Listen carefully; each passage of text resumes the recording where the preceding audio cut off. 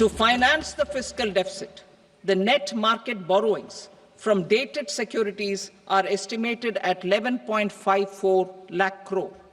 The balance financing is expected to come from small savings and other sources. The gross market borrowings are estimated at 14.82 lakh crore rupees. I will now move to Part B. Indirect taxes. My proposals relating to customs aim to rationalize tariff structure and address duty inversion. These will also support domestic manufacturing and value addition, promote exports, facilitate trade, and provide relief to common people. Rationalization of customs tariff structure for industrial goods. As a part of comprehensive review of customs rate structure announced in July 2024 budget, I propose to 1. Remove 7 tariff rates. This is over and above the 7 tariff rates removed in 23-24 budget.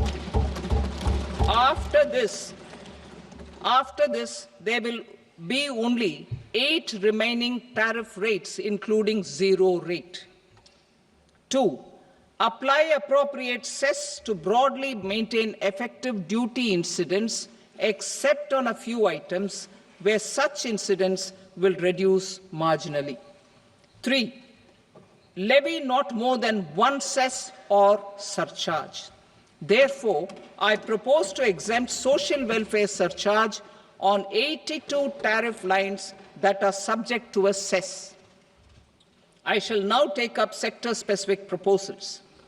To provide relief to patients, particularly those suffering from cancer, rare diseases, and other severe chronic diseases, I propose to add 36 life-saving drugs and medicines to the list of medicines fully exempted from basic custom duty.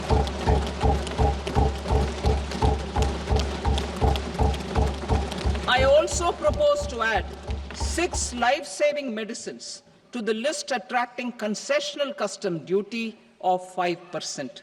Full exemption and concessional duty will also respectively apply on the bulk drugs for manufacture of the above. Specified drugs and medicines under patient assistance programs run by the pharmaceutical companies are fully exempt from BCD, provided the medicines are supplied free of cost to the patients. I propose to add 37 more medicines along with 13 new patient assistance programs. Support to domestic manufacturing and value addition. Critical minerals. In the July 2024 budget, I had fully exempted BCD on 25 critical minerals that are not domestically available. I had also reduced BCD of 2 other such minerals to provide a major fillip to their processing, especially by MSMEs.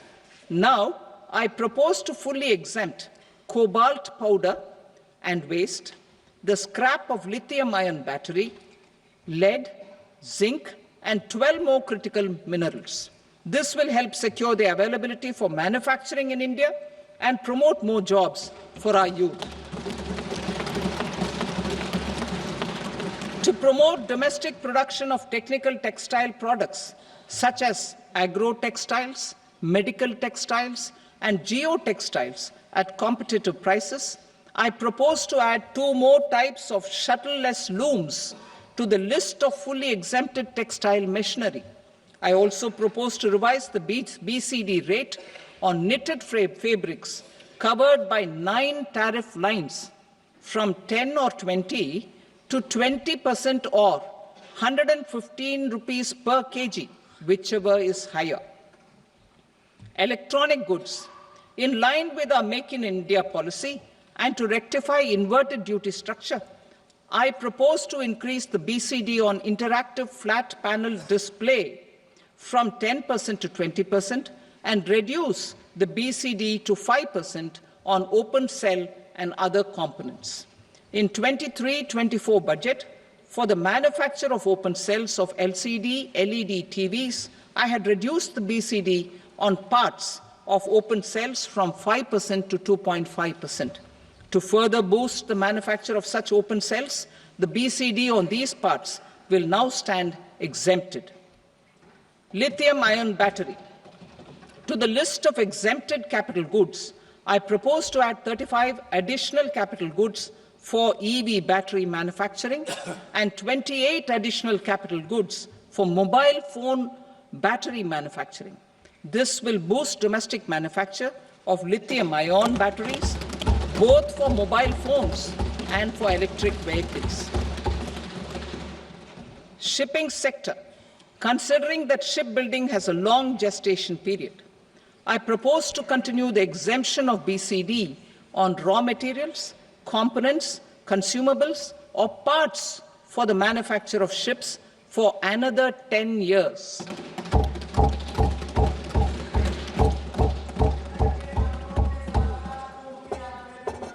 I also propose the same dispensation for shipbreaking to make it more competitive.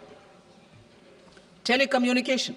To prevent classification disputes, I propose to reduce the BCD from 20% to 10% on carrier-grade Ethernet switches to make it at par with non-carrier-grade Ethernet switches. Export promotion. To facilitate exports of handicrafts, I propose to extend the time period for export from 6 months to 1 year, further extendable by another 3 months if required. I also propose to add 9 items to the list of duty-free inputs. Leather sector. I propose to fully exempt BCD on wet blue leather to facilitate imports for domestic value addition and employment. I also propose to exempt crust leather from 20% export duty to facilitate exports by small tanners. Marine products. To enhance India's competitiveness in the global seafood market, I propose to reduce BCD from 30% to 5% on frozen fish paste, surimi, for manufacture and export of its analog products. I also propose to reduce BCD from 15% to 5% on fish hydrolysates for manufacture of fish and shrimp feed. In July 2024 budget, to promote development of domestic MROs for aircraft and ships, I had extended the time limit for export of foreign origin goods that were imported for repairs from 6 months to 1 year and further extendable by 1 year. I now propose to extend the same dispensation for railway goods. Time limit for provisional assessment. Presently, the Customs Act 1962 does not provide any time limit to finalize provisional assessments, leading to uncertainty and cost to trade. As a measure of promoting ease of doing business, I propose to fix a time limit of 2 years, extendable by a year, for finalizing the provisional assessment.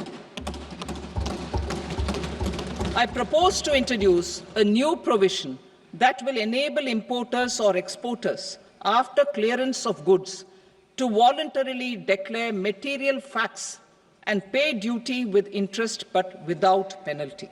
This will incentivize voluntary compliance. However, this will not apply in cases where department has already initiated audit or investigation proceedings. For industry to better plan their imports, I propose to extend the time limit for the end use of imported inputs in the relevant rules from 6 months to 1 year. This will provide operational flexibility in view of cost and uncertainty of supply. Further, such importers will now have to file only quarterly statements instead of a monthly statement.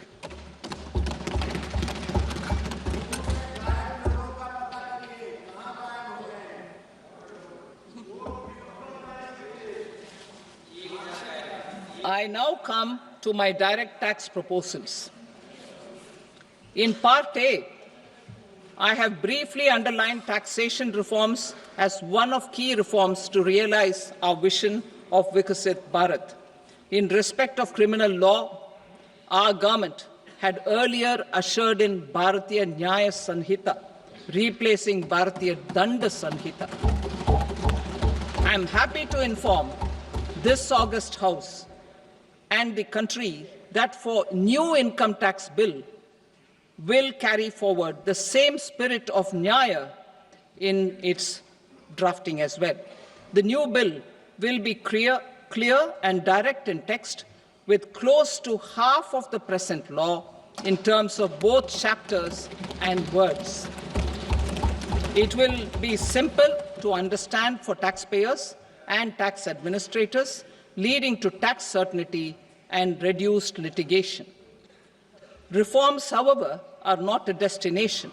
They are means to achieve good governance for our people and economy.